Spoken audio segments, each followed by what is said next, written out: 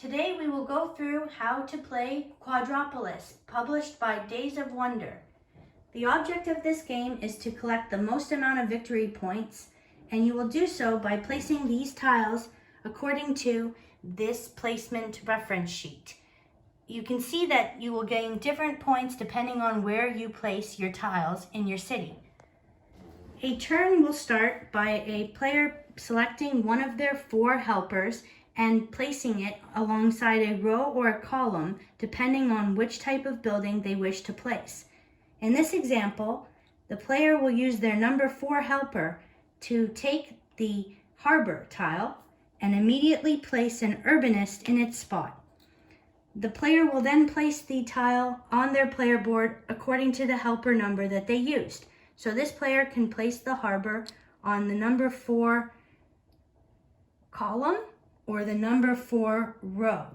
They could not place this tile on the number 2 column or this number 2 row. Instead, they have only the option of the number 4 column and the number 4 row. Once placed, the player will receive, if eligible, the resources depicted on the top left of the tile. So in this case, 2 energy would be provided to the player from the supply.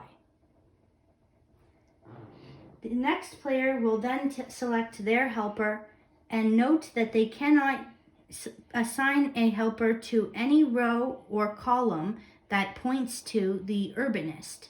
So they'll need to make another selection. So this player will take the number 3 tile and select it here to get the tower tile. They will then move the urbanist to the spot that they just take their tile from, and then they will place it on a number 3 column on their player board, and immediately they will receive 2 meeples. Players will continue placing their helpers in turn order until all players have placed all 4 of their helpers. Then you will grab the next round of tiles and place them in the bag provided by the game.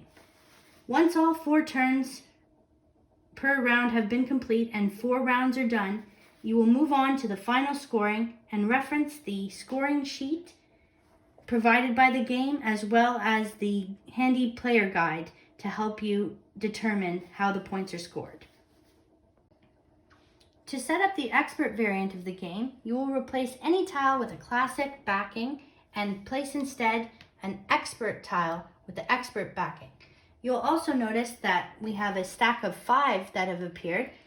That's for the 5th round that is available in the expert variant, yet there are still only 4 turns per round per player.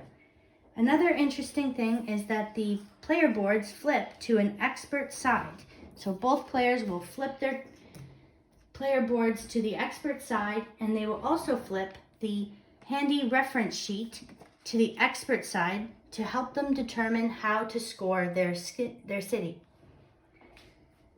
Players will continue to take turns as they did in the classic mode, but instead of drawing from helpers that are their own, they will take from the general supply until they have done 4 turns each. New tiles include the office tower tile and the monument tile, which are referenced in the sheet for scoring at the end of the game. Players will score their cities as they did in the classic variant with the same scoring sheet. A couple things to mention about placing a tile in the expert mode is that there are now 5 districts instead of only 4, and you are able to place your tiles according to the number shown on each district or the overall district number. Just as in the classic variant of the game, in the expert mode, players will assign power tokens and meeple tokens at the end of the game in order to activate their player tiles on their city. We will go through a review of both the classic and the expert variant and let you know how we scored this game. All right, guys, we just finished our game. We played both the Classic and the Expert. So right away, we're going to start giving our reviews for the Classic. So as usual, I'm always going to give my score right away. My score is 7.7 on the Classic. Yeah, we use these little illustration notepads because we don't have any like dry erase boards. We're going to get them from a dollar store or something. Yeah, 7.7 is fair. I like the game a lot, actually, for what it is. You think it's a real light game, and it is in a lot of ways, but there's some decent decisions in the game. For instance, like the urbanist, you have to avoid that. And you're really seeing like how to plan things out. You don't want to fill out your columns too fast. You want to leave yourself with a lot more choices. And the scoring, you're always going to be referencing that because you want to build your city around what scores. So a lot of people compare this to like a lighter Suburbia, which I haven't actually played, but I'd be interested because this is a good game. So what do you think, Vic? What's your score? I gave it a similar score. I gave it a 7.4 for the Classic variant. I really liked how quick it was to pick up. It really is not a complicated game at all, and the reference sheets are so handy that you don't have to keep asking somebody, wait, what happens if I put this one here? It's very straightforward, and you'll know exactly how you're going to score at the end of the game as you build your city. So I did like that. Adding the Expert variant and how easy it is to just flip over the boards and immediately you're in an expert mode without having to add too much to the game. It's really simple. I gave the Expert variant a higher score of 7.9. Reason being, I liked the additional options than 2 new buildings, if played correctly, are huge for points.